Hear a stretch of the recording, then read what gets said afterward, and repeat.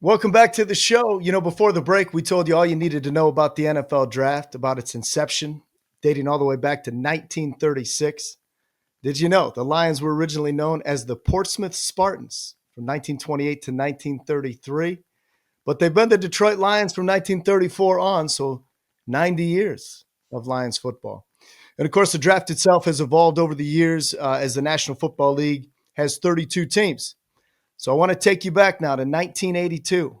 The Detroit Lions. First round pick that year was Jimmy Williams at pick 15. All-American defensive end out of the University of Nebraska. Go on to play 12 years in the NFL. The majority of that time was with the Lions. And Detroit made 14 picks that year. Their last pick in the 12th round, pick number 326, was a tight end from Grand Valley State. His name, Rob Rubick. Rubes, welcome to the show. Dang, Johnny, you bring back memories. You did some research. I like that. Yeah, well, hey, I want to ask you, when your college career ends, you're thinking what? How real was your dream of going to the league? Well, after about my sophomore year, I walked on at Grand Valley. I wasn't recruited out of high school by anyone, and I walked on. But then as my career went on there, I started getting pretty good. And going into my senior year, I had pretty much most of the teams in the NFL had come and worked me out. There was a couple combines back then that would work out for a group of teams. And I was being projected as a fourth or fifth round draft pick. But then my last game in college, I blew my knee. And when I came by in the springtime after, because back then, Johnny, you blew your knee. I did an LCL. I had a full-length cast for 6 weeks. The only team that came by to work me out was the Lions about 10 days before the draft. And I ended up working out well enough, and that they took a shot at me. And I healed well and got some really good breaks in training camp. You got to be good, but you got to be lucky. The backup tight end, Ulysses Norris, got hurt like the first day the veterans came in. So I got to run number 2 all camp behind David Hill. And I made the best of it. And 7 years later, I was done. And they went to the run and punt, the run and shoot. They went to the run and shoot, got rid of all the tight ends. So that became a school teacher, which I enjoyed for 30 years. Well, no, you've had a brilliant career playing and obviously in education as well, and as a broadcaster now too. So obviously the injury, and that's something that a lot of athletes can identify with. A lot of times it will end careers. For you, obviously it was a setback and maybe obviously disrupted your draft stock, but you were able to still realize the dream. But how did you find out? I mean, it was different then than it is now with all the pomp and circumstance, but how did you find out you were drafted? Well, I'm going to have to make this quick because I do want to talk about our Lions.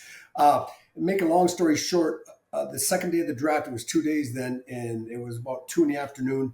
The draft ends at 4. I was tired of waiting. I didn't think anyone was going to draft me. I'm playing dunk ball on a 9-foot hoop down at an elementary school by Grand Valley. And my girlfriend at the time called the school because someone from Seattle came to my apartment and says, we want to sign you. Now it's about 3 o'clock. Sign you as a free agent. He said, the draft is over. And I said, oh, okay, well. I had a teammate of mine was starting a tackle there. I called my coach and I said, Coach Harkema, I said, Seattle wants to sign me as a free agent. He said, well, just wait a couple minutes. Some other teams might call and offer you. So then about 3:30, the Lions called and said they want to sign me as a free agent. And I said, I got a guy from Seattle. I think I'm going to sign with them. It was Larry Seipel, the receivers coach. He said, well, don't do anything until I'll call you back. So about 3:45, the phone rings and it was a secretary. And she says, hang on. They put Coach Clark on and I hear the Detroit Lions with their second pick in the 12th round draft tight end, Rob Rubick, Grand Valley State. I'm thinking, and I said, who in the beep is this? This is Coach Clark. I'm like, whoa, I thought it was my buddies upstairs messing with me, because the guy from Seattle said the draft was over. And he said, no, I didn't say it was over. I said, when it's over, we're on the side. He said, no, I said, you're lying, you're out. And I got drafted. The Lions must have liked me enough that they thought they might lose me as a free agent, so they took their last pick in the 12th round. And rest is history, Johnny. And the rest, as they say, is history. 7 years with the Lions, 82 to 88. You're a color analyst now for Eastern Michigan. Spent a number of years as a studio analyst on the Detroit Sports Report. And then you and I worked together on Lions Live on Fox Sports Detroit. So I know you're plugged. Interrupt you right now. Listen, I'm going to tell you right now. I've worked with Fred McLeod, Dan Dickerson, Matt Shepard, some of the greats in the business. No one is more fun to work with than Johnny Kane. You have a very, I love your attitude towards broadcasting. You enjoy, you have fun. And these guys I work with are some of the best there's ever been too. And they're really good. You have a different approach. I really like it. For an analyst to work with you, it's always a pleasure. Well, I appreciate it, man. I really do appreciate that. And I've always enjoyed working with you doing high school games together. We've had a lot of fun because you got the Mm-hmm. same vision, man. It's supposed to be fun, and you can empathize and sympathize with these players because you know how hard it is to compete. And obviously, you did it on the highest level. You've been around the Lions for a long time. Obviously, as a player, as an analyst, they have 7 picks this year. I've listened to Brad Holmes and some of his pre-draft discussions. From you, say from a fan standpoint, because I know you're a fan of this team as Yes, well. Where is the big fan. biggest area of need? Well, I don't necessarily address the biggest area of need because they addressed that last year, and that's a rush end. But we don't know about Marcus Davenport. How good is Davenport going to be? We didn't get to see him. Is he what they want opposite Hutch? And they don't draft for this year. They're drafting for the future. I would be shocked to see him take an offensive lineman, Johnny. The reason this team is where it's at with Dan Campbell and Brad Holmes is they've had the best offensive line in the NFL for the past 2 seasons. And when you have the best offensive line, all of a sudden Jared Goff's the top quarterback.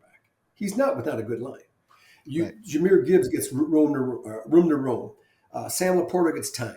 Amon-Ra gets time. J-Mo gets time. So all of a sudden, because you have such a great offensive line, you can run the ball at different times throughout the game, it makes your whole team better.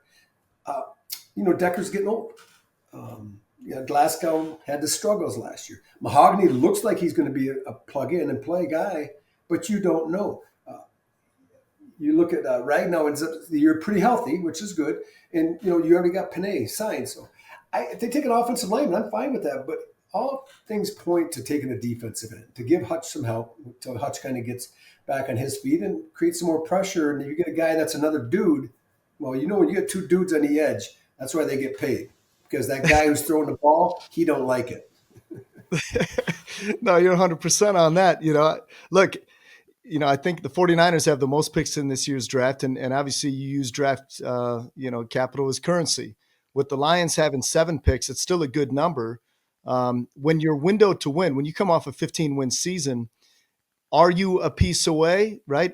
Is there a temptation to just add depth at a particular position, or do you say, no, we've still got to go best player available to make our football team the best it can be? I mean, is it tougher when you're a team that's contending, that's that close to making a Super Bowl? That's a great question. But it's all about philosophy and what Brad's philosophy and Dan's philosophy is. Different organizations have different philosophy, and you gave the 2 avenues they could take. And I'm not sure exactly what theirs is, but you say a piece away. This team was the best team in football last year. There's no doubt. If you take 6 defensive players in that Super Bowl off of Philadelphia, or 6 defensive players off of Kansas City, let's say 4, maybe they were missing 1 or 2. They don't win this. The Lions had no one left. And I'm not an excuse maker, but Johnny, sometimes there's facts. You have 6 of your starters out on that defense. I mean, you're playing with the JV team. I mean, you got guys, no knock. These are NFL players. Don't get me wrong. But there's a reason there's starters. And there's a reason that there's backups. The starters are better. And you lose 6 starters and you're playing young guys who are getting better and trying to fit in, and you just keep losing. It was tough. And that's what's a sin. And that's why I was not disappointed at all with last season. They were the best team. 15 weeks Monday morning, Johnny. We're pumping our chest, brother. We're wearing all our Lions gear. Come on. I mean, we are loving life because we 15 games. But, we got exposed. The playoffs come, and all of a sudden our defense isn't getting the stops, and our offense makes a couple goofs. Now it's done because the offense, there was so much pressure to keep it going to, kind of hold serve as in tennis, and they really couldn't do it.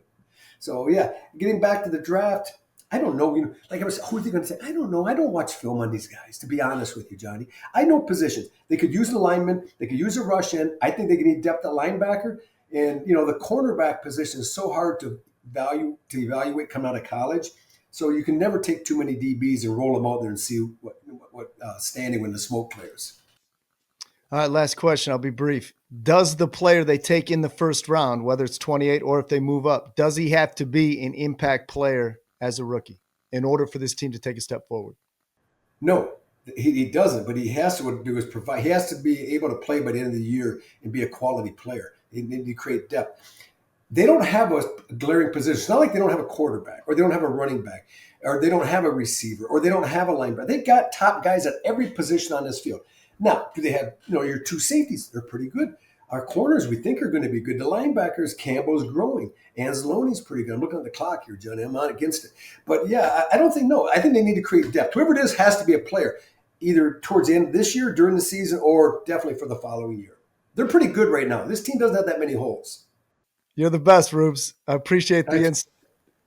God, Johnny, so when we come back, we'll hear from an undrafted player who defied the odds, carving out a 9-year playing career in the NFL. His story next.